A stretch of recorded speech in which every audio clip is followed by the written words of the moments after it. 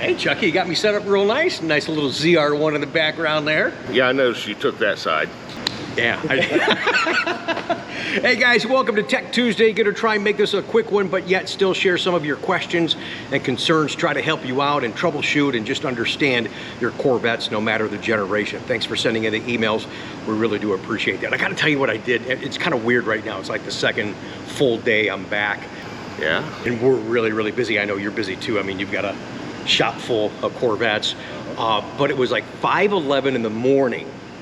And I happen to get up, I'm getting up at all hours of the night, but I'm watching the news, watching the weather, and they said at 5:11, go outside in the northwestern sky, you'll see the space station fly over.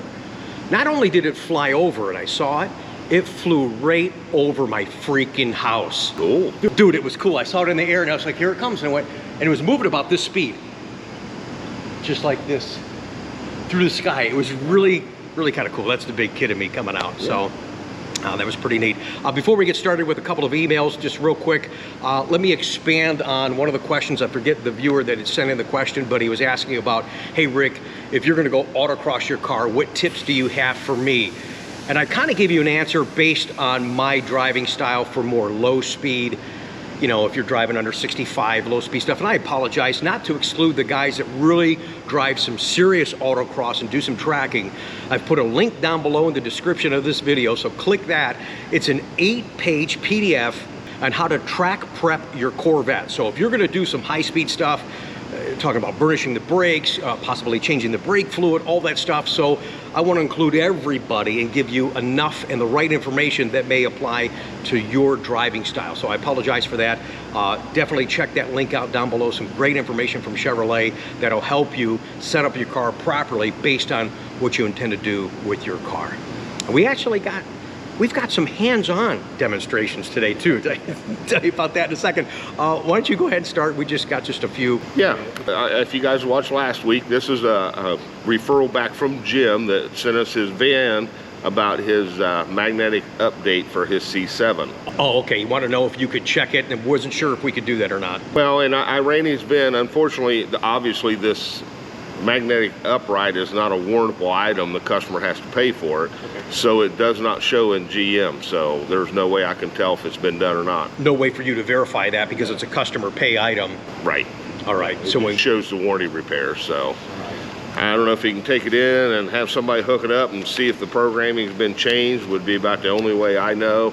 And I don't even know if the programming numbers change because it's just an upgrade on the module that you already have, so I don't know if it even changes the numbers of the programming. I've never actually went back in and looked to verify that the numbers changed on the programming. Gotcha. So, I mean, there may or may not be a way to even find out. Yeah, and he even said in that mail that the guy let the car sit and all that kind of stuff, but he's still not feeling the difference. Right. But there really is a difference. And sure. Not everybody, we've talked about that before too. I mean, not everybody is as nutty as Chuck and I.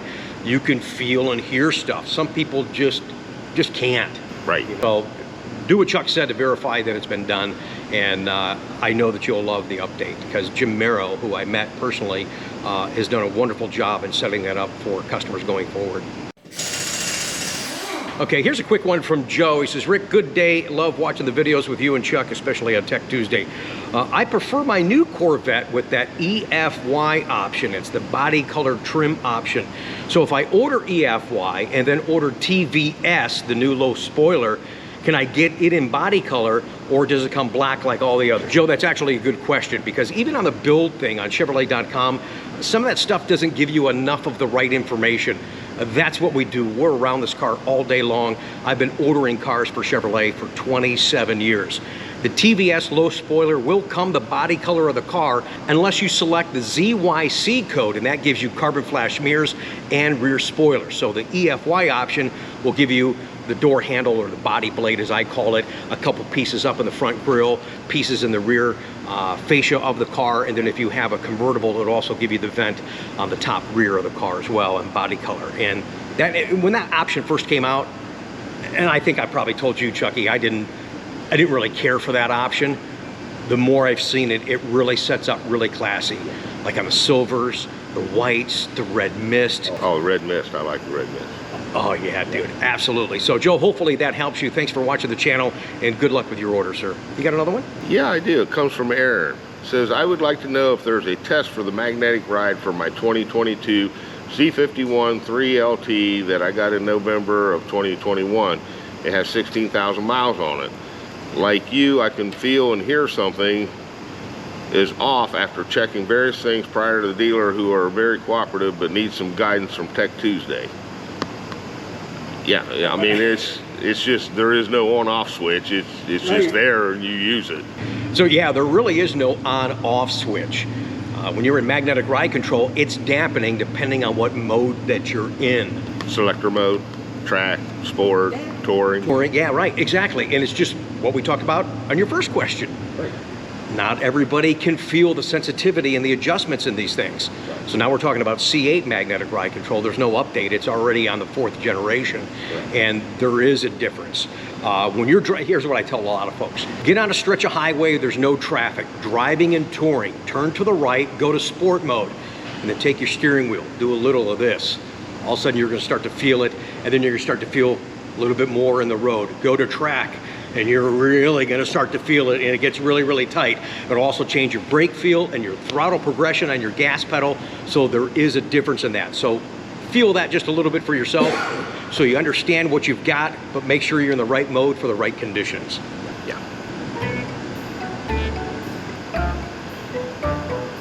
Oh, it's my turn. Yeah. Oh, I'm sorry, I was answering your question. Expanding on the answer to the question. I do apologize. Okay, right, so this will be some of the hands-on stuff. Chucky, you're gonna like this. I should have took you on a ride with me in the car to show you this, but you'll see here in just a second. So this comes from David. Rick, I recently took ownership of a 23 Z51. I used to have a C7 Z06 with an automatic transmission. Now that you have these shift switches on C8, my question is, while moving forward in drive, I don't know why people think about this, but okay. While moving forward in drive, can the reverse or the park gears be engaged if you accidentally hit these switches? I don't want to find out the hard way.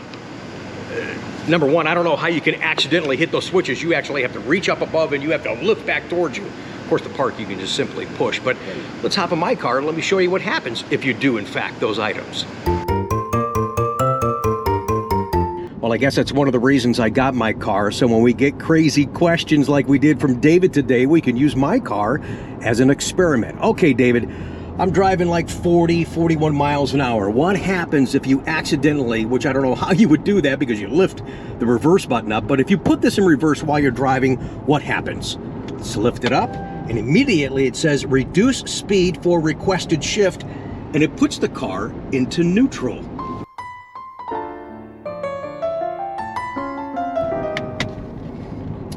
Okay, so let's try your other concern. If you, now, yeah, you maybe could do this, but again, you've really got to reach your hand up here to push this into park. What happens if you push it in park while you're driving? Again, do it about 40, 41 miles an hour.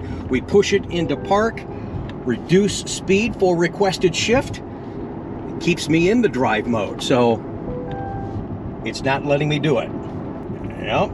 All right, well, there you go, David, and I hope it helps you and others that are watching today on our Tech Tuesday segment. So there you go, David and everybody else, and Chuck. Now you know what happens if you're driving and you put the car in reverse or you push the parking button. Basically nothing. They've got all those fail-safes set up for you. Yeah, I gotta say you're gutsy for going out and trying it, but okay. Hey, I know a pretty good mechanic if I was screwed up anything. You know a pretty good technician. Well, and here's another thing too, and I talk about this at delivery when you're here taking delivery of your car, we're now in the environment that most of the cars we're driving today are push, start, and stop. You pull into a spot, you might be in a hurry, you turn the car off. I forgot to put it in park. It goes into park automatically, so GM thought about that. Fail safe. Yeah, fail-safe, absolutely. More hands-on for you as Chuck has a question. All right, this one comes from Robert. It says, hi Rick, I currently own a 2022 HTC and would like to purchase the funnel that screws into the tubing. Would you please give me the part number for the HTC? Thanks. We haven't shown that in a long time, man. No, unfortunately this thing does not work for the HTC though, and we'll show you why. Oh, okay. Well, let's show them the part number first. Yeah. Thank you, Chuck. Here we go, guys. So AST, and you can see the rest there.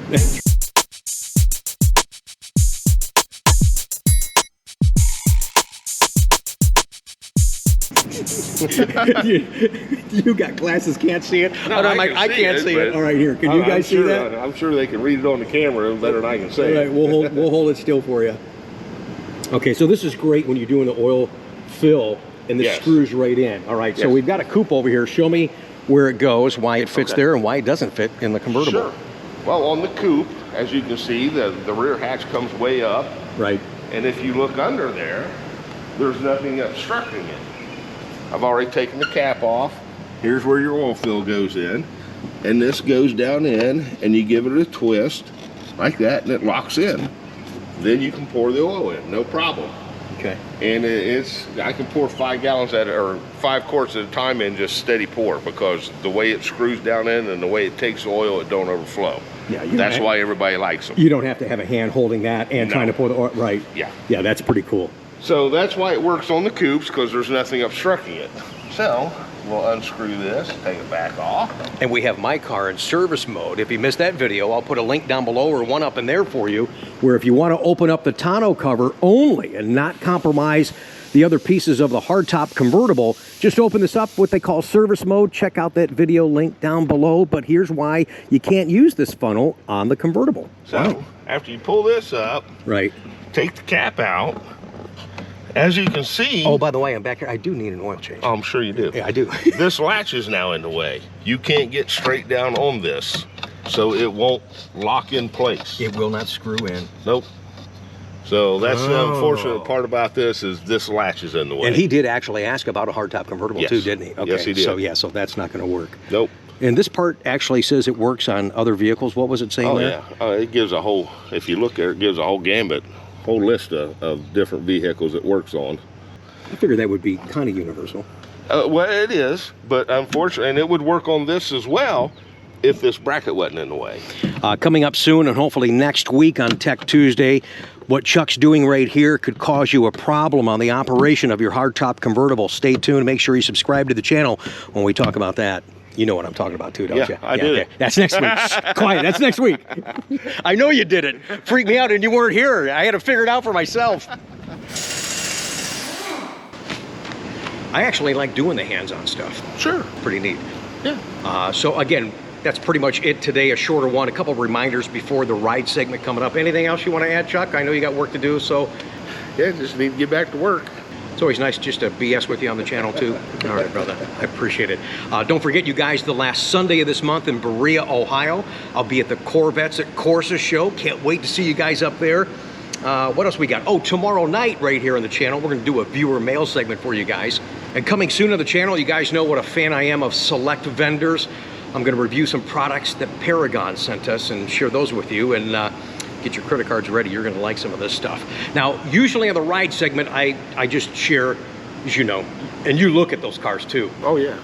I know you like some of those cars, because sometimes you'll say to me, hey, Rick, that was a good looking car in that rides thing you got. So usually we play a gamut of all different types of Corvettes, all type of different generations. But today I want to focus and do kind of a feature and dedicate it to the folks at the Corvette Invasion in Texas. I am so upset I was not able to make that show. So you're going to see highlight pictures in the ride segment today from that recent largest show in Texas, the Corvette Invasion, on your beautiful rides.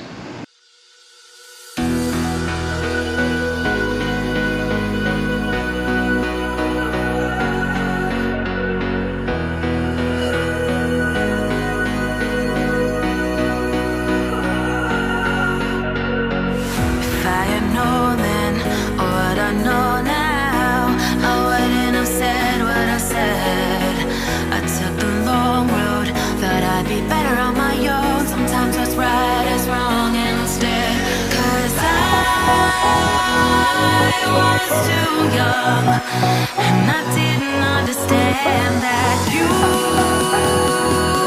are the one, and I can't wait to see you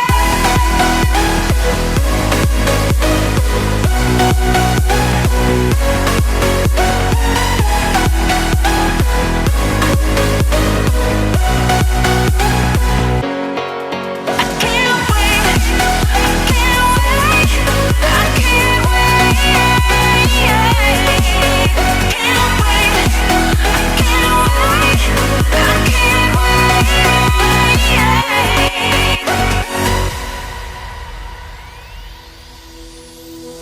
Hindsight is fleeting when your heart's bleeding and all you can see is red.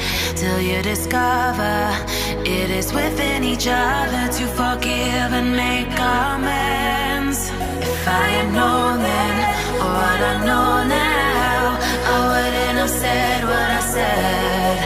I took the long road, thought I'd be better on my own. Sometimes what's right is wrong instead. 'Cause I was too young and I didn't understand that you were the one. And I can't wait to see you again. Oh, I can't wait, I can't wait, I can't wait. 'Cause I was too young and I didn't understand that you were the one.